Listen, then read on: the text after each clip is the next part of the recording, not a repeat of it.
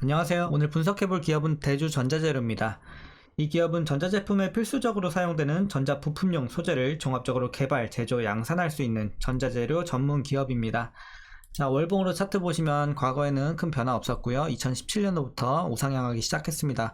그러니까 이때까지만 해도 장기 투자하기 굉장히 좋은 기업이었고 성장 잘하고 있는 기업이었습니다. 하지만 최근에는 상황이 좀 바뀌었죠. 그래서 지금은 이제 장기 투자하시면 안 되는 기업이 됐고, 그 이유는 조금 이따 차차 말씀드리도록 하겠습니다. 자, 다시 일봉으로 돌아와서 최근에 이제 박스권 움직임 좀 가져가다가 최근에 급등이 한번 나왔었죠. 그래서 제가 영상을 이때 한번 찍었었어요. 전고점 찍었을 때 요날 4월 7일 날 이제 영상 찍었었고, 여러분들한테 이제 지금은 나오셔야 된다, 차익 매물 나온다 말씀드렸고, 다음날 좀 올랐다가 다다음날 바로 빠졌죠. 그래서 혹시라도 이때 좀 들어가신 분들 없길 바라겠고요. 급등할 때 제가 절대 들어가지 말라고 항상 강조 드렸죠. 어쨌든 다시 한번 원점까지 돌아왔었어요. 그리고 최근에 다시 한번 좀 출발하고 있는 그림이 되고 있습니다. 오늘도 급등이 좀 나와주면서 이제 107,000원의 위치에 있는데, 이제 우리가 계속해서 다시 한번 좀 이렇게 가파르게 상승할 수 있는 여력이 있을지, 그래서 추세적으로 다시 한번 올라갈지 분석을 통해서 알아보도록 하겠고요. 일단 지금은 수익이 잘 나고 계신 분들도 계실 테고, 이때 잘못 들어가서 물리신 분들도 일부 계실 것으로 판단이 되는 구간입니다. 그래서 이제 여러분들 각자 평단에 따라 어떻게 대응해야 될지 투자 전략까지 함께 알아보도록 하겠습니다. 자, 이어서 수급상황입니다. 이제 한 달 기준으로 개인과 외국인이 샀고요. 죄송해요. 개인과 기관이 샀고요. 외국인이 팔았습니다. 자, 하지만 최근에 이제 개인과 외국인의 스탠스가 좀 바뀌었어요. 오히려 개인이 지금은 팔고 있고, 외국인은 차츰 좀 들어오고 있습니다. 오늘 좀 세게 들어왔죠. 이렇게 보시면 되겠고요. 이어서 공매도 비중 보시면요, 공매도 비중이 살짝 있긴 합니다. 그래서 다시 조금 안정세를 찾고는 있는데, 어쨌든 공매도 비중이 두 자릿수를 굉장히 좀 자주자주 들어오고 있고, 과거에도 이제 조금씩 튈 때는 있었습니다. 하지만 최근에 좀 더 공매도 비중이 올라온 것은 우리가 확연히 확인할 수가 있습니다. 자, 그리고 이제 대차장고 보시면요, 어쨌든 3개월 전하고 비교했을 때는 큰 차이는 없어요. 150만대에서 등락을 좀 반복을 하고 있고, 최근엔 다시 한번 좀 올라가고 있어요. 계속해서 증가세 보이고 있죠. 이런 점은 조금 부담이 있지 않나 보여집니다. 그래서 우려할 정도는 아니지만 공매도 비중은 좀 있다, 참고하셔야 되겠고. 자, 이어서 동사 재무제표 분석 시작해 보도록 하겠습니다. 먼저 2018년도 매출부터 확인해 보면요, 1000, 1100, 1500, 1900 가파르게 좀 상승하고 있습니다. 그래서 우상향 하다가 문제는 이제 작년에 좀 크게 눌렸어요. 그래서 1700까지 떨어졌다 올해 다시 개선세. 그리고 영업이익과 당기순이익도 마찬가지예요. 이제 과거에 보시면은 좀 올라주고 있다가 작년에 눌리고 다시 올라오는 흐름.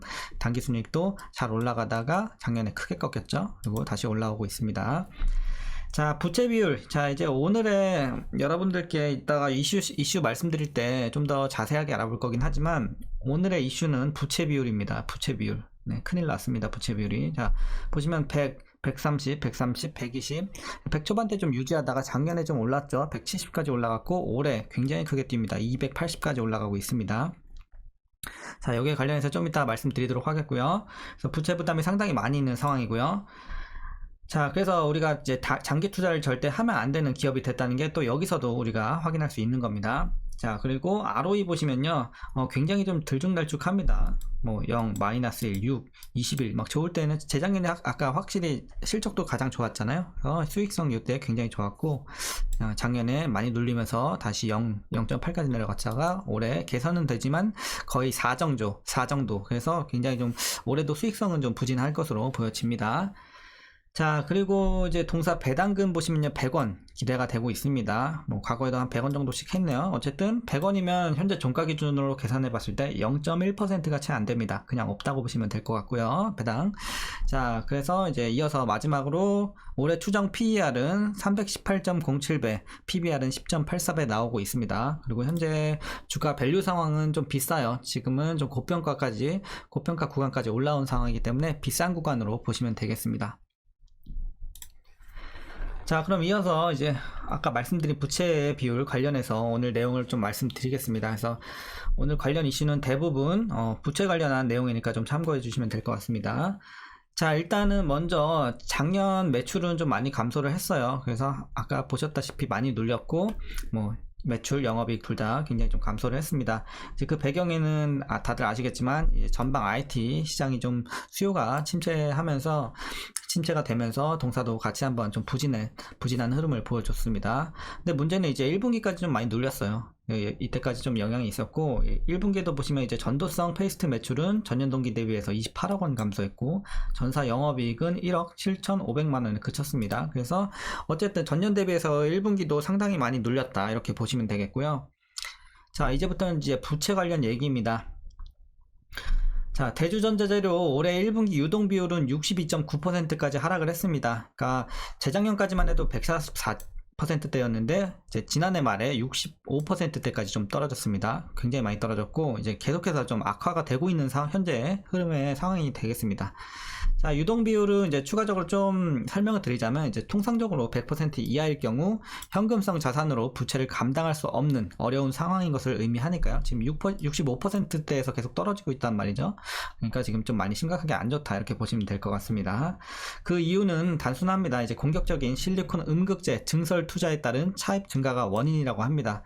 그러니까 음극재 쪽이 지금 메리트가 있고 특히 북미 시장 관련해서 뭐 향후 10년간 굉장히 좀 주목해 봐야 된다 뭐 이런 얘기가 나오고 있고 그리고 굉장히 좀 이 기술이 어렵기 때문에 이제 다른 이제 업체들이 좀 진입하기 좀 힘든 이런 장벽이 좀 있다 이런 얘기가 있습니다. 그래서 어쨌든 여러가지 시장 선점 효과라든지 이런 메리트들이 있기 때문에 지금 좀 무리를 해서라도 이렇게 증설을 막 하는 거예요. 그래서 지금 이렇게 유동 비율이 낮아졌다고 보시면 되겠고, 자, 조금 더 설명을 해드리면 이제 회사는 기술적 자신감을 토대로 시장 선점을 위해서 투자를 멈출 수 없다는 입장을 내놓고 있습니다. 그래서 단기적으로 봤을 때는 금융 비용이 좀 늘어나고 있고 차입 만기 연장 옵션과 자본시장을 통해서 이제 조달까지 고려를 하고 있는 현재 상황이 되겠습니다. 그래서 참고하시면 되겠고요. 자, 그래서 동사는 시장에서 지금 독보적인 위치에 있고 전방업체들의 요구가 증가하다 보니까 공격적으로 투자를 늘릴 수밖에 없는 처지인 건 맞아요. 하지만 실적에 비해 신규 설비 투자 계획이 계속 상향되고 있다는 점은 좀 문제로 작용을 할 것으로 보여집니다.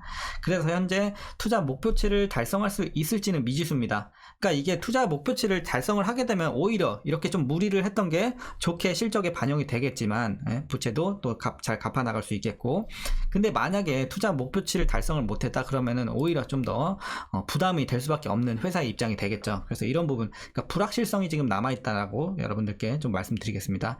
그러니까 뭐 이제 마지막 내용 좀 말씀드리면 이제 고부가 제품인 실리콘 음극재 매출 감소폭도 크지 않고 캐파 역시 현재 1000톤에서 올해 말 3000톤까지 확대될 예정이어서 내년부터는 이제 본격적으로 좀 매출 비중이 증가가 기대가 되고 있습니다.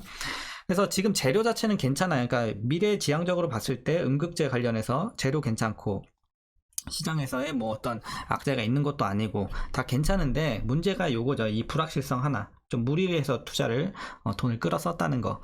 요게 조금 이제 변수로 남아있을 수는 있겠습니다. 그래서 올해 부채 비율 상당히 많이 높아졌다는 거 참고하시면 되겠고요. 자, 이슈 여기서 마무리하겠고 여러분들 마지막으로 투자 전략 말씀드리면서 영상 마치도록 하겠습니다. 자, 일단 먼저 신규 진입에 있어서는 저는 반대 의견 드리도록 하겠습니다. 일단은 지금은 고평가 구간에 진입을 했고 과매수 구간 진입하기 직전의 상황입니다. 그렇기 때문에 지금 들어가기에 메리트 있는 자리는 아닙니다. 그래서 보유자분들만 대응하시면 되겠고요. 자, 그리고 이제 보유자분들은 먼저 지금 수익이 잘 나고 계신 분들 대응을 어떻게 하시냐면요. 일단 먼저 목표가 많이는 못 드려요. 지금 상황에서 많이는 못 드려요. 물론 장기적으로 보면 좀 더 올려 드릴 수는 있겠지만 일단은 자, 지금은 좀 보수적으로 볼 수밖에 없다. 11만 6천원. 여기까지만 좀 보세요. 11만 6천원. 요 정도 되겠네요. 11만 6천원. 요 정도까지만 추가적으로 보시고, 지금은 비중 줄이셔야 돼요. 지금 한 70%는 좀 익절하시고, 더 보실 분들은 한 30%, 20에서 30, 이렇게 좀 소액 비중으로만 여기까지 도전해보시면 좋을 것 같습니다. 그래서, 일단은 불확실성에 있어서도 여러분들이 이제 부담이 좀 있고, 부채 부담이 좀 있기 때문에 여러분들이 웬만하면 장기로 가져가지 마시고, 지금 이렇게 좀 짧게 대응하시는 게 맞지 않나, 이렇게 판단하고 있습니다. 자, 그래서 일단은 뭐 제가 이번에도 맞출 줄은 모르겠지만 저는 이렇게 보고 있으니까 여러분들 일단 익절해 나가시면서 비중 많이 좀 줄여주시고 여기까지만 무리하지 마시고 보시는 게 좋아 보입니다. 자, 이렇게 좀 말씀드리겠고, 아까 말씀드렸다시피 물론 어떤 실적 관련해서 또 굉장히 좀 좋게 작용을 한다, 이번 증설이. 그렇게 되면 다시 한번 또 크게 급등할 수 있는, 이렇게 좀 급등할 수 있는 가능성 충분히 있기 때문에 좋아는 보이지만 지금으로서는 일단 불확실성이 크기 때문에 좀 보수적으로 이렇게 말씀드렸다는 거 참고하시면 되겠습니다. 자, 이제 마지막으로 여러분들 위에서 물리신 분들 어떻게 대응하시냐면요, 뭐 항상 말씀드리잖아요. 꼭대기에서는 무조건 들어가지 마시고, 웬만하면 들어가지 마시고 무조건 손절가 잡고 들어가셔야 됩니다. 그래서 여기서 물리신 분들은 문제가 있는 거예요, 투자에.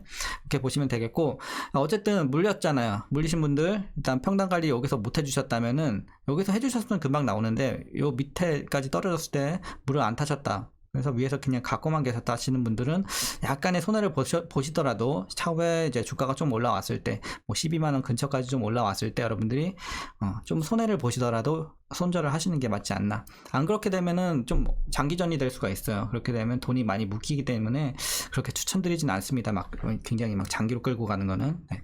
이렇게 좀 정리하겠고요. 오늘 영상도 조금이나마 좀 도움이 되셨다면 구독과 좋아요도 한 번씩 부탁드리도록 하겠습니다. 자, 한 주간 고생들 많으셨고요. 이제 푸근한 주말 다들 보내시면 좋겠습니다. 자, 오늘도 고생 많으셨고 시청해주셔서 감사합니다.